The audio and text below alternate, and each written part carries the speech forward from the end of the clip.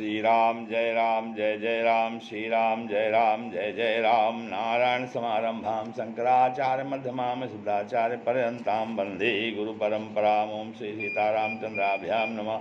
ओम उमा महेश्वराभ्यां नमः। ओम श्री एकादशी दक्षिणेश्वरदानसर्गास्मृते नमः। श्रीमद्भगवत कथा से आज तृतीय स्कंध की 22वां अध्याय है, जिसमें कि देवहूति के साथ कर्दम ऋषि के कर्दम प्रजापति का विवाह की कथा है। तो मनु की पुत्री देवहूति हैं। मैत्रेय जी कहते हैं कि एवमास्माविष्कृताशेषे गुणकर्मोदयो मुनिम सब्रीड इव तम सम्राडूपारतमुवाच। मैत्रेय जी कहते हैं विदुर जी से कि जब कर्दम मुनि ने कर्दम जी ने मनु के संपूर्ण गुणों और कर्मों की श्रेष्ठता का वर्णन किया, तो उन्होंने उन निमित्त प्राणायाम उनसे कुछ सकुचा कर कहा। क्या कहा मनु जी ने?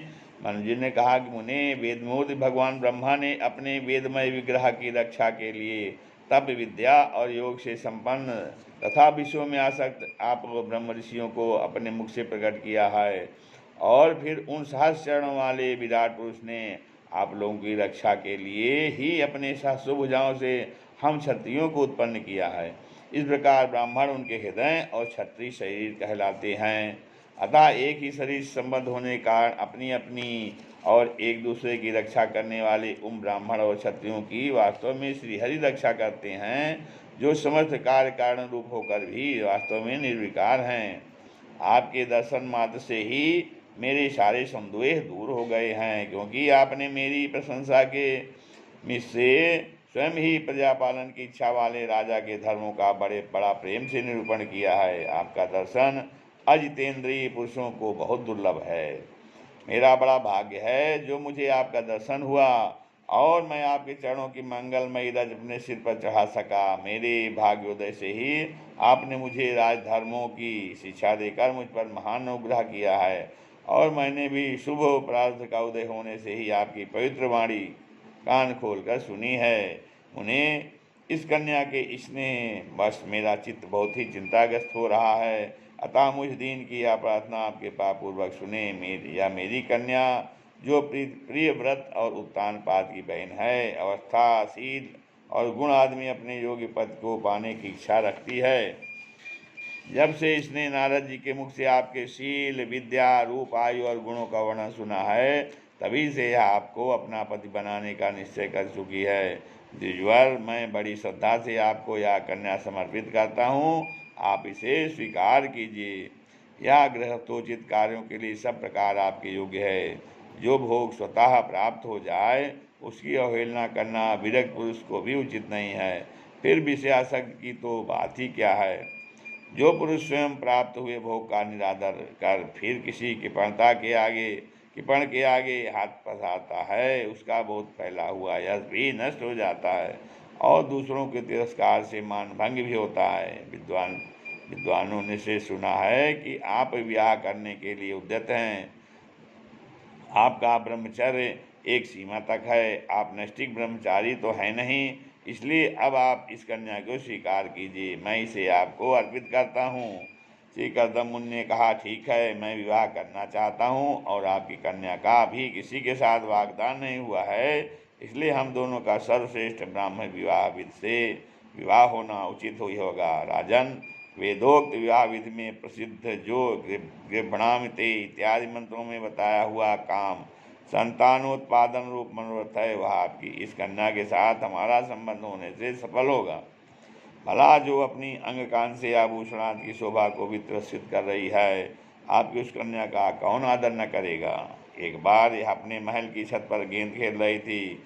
गेंद के पीछे इधर उधर दौड़ने के कारण इसके नेत्र चंचल हो रहे थे तथा पैरों के पायजेब मधुर झनकार करते जाते थे। उस समय इसे देखकर विश्वामित्र गंधर्व मोहवश अचेत होकर अपने विमान से गिर पड़ा था। वही समय यहाँ स्वयं आकर प्रार्थना कर रही है। ऐसी अवस्था में कौन समझदार पुरुष इसे स्वीकार न करेगा।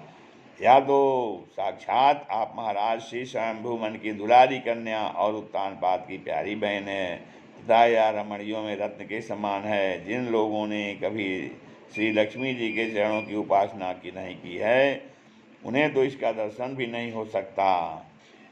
तो अतो भजिष्ये समयेन साध्वीं यावत् तेजो विभू बिभ्रयादात्मनो मे अतो धर्मान् पारमहंसस्य मुख्यान् शुक्ल प्रोक्तान् बहुमन्ये विहिंस्रान्। अतः मैं आपकी इस शादी कन्या को अवश्य स्वीकार करूँगा, किंतु एक शर्त के साथ, जब तक इसके संतान न हो जाएगी तब तक मैं गृहस्थ धर्मानुसार इसके साथ रहूँगा। उसके बाद भगवान के बताए हुए संन्यास प्रधान हिंसा रहित समदमात धर्मों को ही अपना अधिक महत्व दूंगा, जिनसे इस विचित्र जगत की उत्पत्ति हुई है, जिनमें यह लीन हो जाता है और जिनके आश्रय से यह स्थित है। मुझे तो वे प्रजापतियों के भी पति भगवान श्री अनंत ही सबसे अधिक मान्य हैं।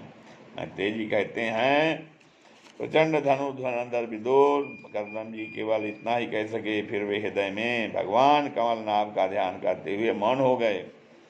उस समय उनके मंद हास्य युक्त मुख कमल को देखकर देवहूति का चित्त लुभा गया। मनु जी ने देखा कि इस संबंध में महारानी शत्रुपा और राजकुमारी की स्पष्ट अनुमति है, तथा उन्होंने अनेक गुणों से संपन्न कर्दम जी को उन्हीं के समान गुणवती कन्या का प्रसन्नतापूर्वक दान कर दिया।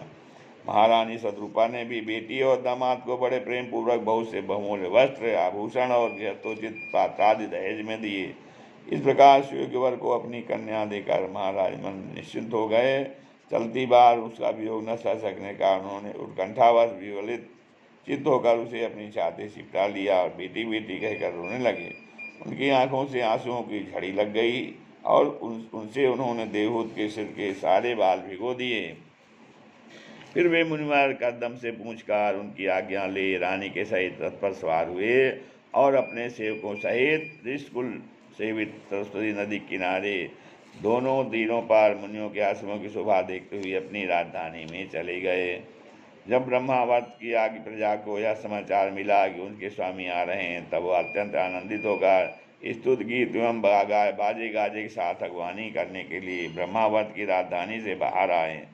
सब प्रकार की संपदाओं से युक्त बहिष्मती नगरी मनु जी की राजधानी थी, जहाँ पृथ्वी की को रसातल से ले जाने के पश्चात शरीर कँपाते समय श्री भगवान के रोम झड़कर गिरे थे। वे रोम ही निरंतर हरे भरे रहने वाले कुश और काश हुए, जिनके द्वारा मुनियों ने यज्ञ में विघ्न डालने वाले दैत्यों का तिरस्कार कर भगवान यज्ञ पुरुष की यज्ञों द्वारा आराधना की है। महाराज मन ने भी श्री वराह भगवान से भूमि रूप निवास स्थान प्राप्त होने पर इसी स्थान में कुश और काश की वही चटाई बिछाकर श्री यज्ञ भगवान की पूजा की थी। जिस बहिर्मती पुरी में मनु जी ने निवास करते थे, उसमें पहुंचकर उन्होंने अपने त्रितापनाशक भवन में प्रवेश किया। वहां अपनी भार्या और संतत के सहित वे धर्म, अर्थ और मोक्ष के अनुकूल भोगों को भोगने लगे। प्रातःकाल होने पर गंधर्वगण अपनी स्त्रियों के सहित उनका गुणगान करते थे, किंतु मनु जी उसमें आसक्त न होकर प्रेम पूर्ण हृदय से श्रीहरि की कथाएं ही सुना करते थे। वे इच्छानुसार भोगों का निर्माण करने में कुशल थे, किंतु मननशील और भगवत प्राण होने के कारण भोग उन्हें किंचित भी विचित नहीं कर पाते थे। भगवान विष्णु की कथाओं का श्रवण, ध्यान, रचना और निरूपण करते रहने के कारण उनके मनोंतर को व्यतीत करने वाले क्षण भी कभी व्यर्थ नहीं जाते थे। इस प्रकार अपनी जागृता तीनों अवस्थाओं अथवा तीनों गुणों को अवभूत करके उन्होंने भगवान वासुदेव के कथा प्रसंग में अपने मनवंतर के 71 चतुर्युग पूरे कर दिए। व्यास नंदन विदुर जी, जो पुरुष श्रीहरि के आश्रित रहता है, उसे शारीरिक, मानसिक, दैहिक, मानसिक अथवा भौतिक दुख किस प्रकार कष्ट पहुंचा सकते हैं। मनु जी निरंतर समस्त प्राणियों के हित में लगे रहते थे। मुनियों के पूछने पर उन्होंने मनुष्यों के तथा समस्त वर्ण और आश्रमों के अनेक प्रकार के मंगलमय धर्मों का भी वर्णन किया, जो मनु संहिता के रूप में अब भी उपलब्ध है। जगत के सर्वप्रथम सम्राट महाराज मनु वास्तव में कीर्तन के योग्य थे, या मैंने कहते हैं उनके अद्भुत चरित्र वर्णन किया। अब उनकी कन्या देवहूति के विषय में आगे बताया जाएगा। श्री राम जय जय राम।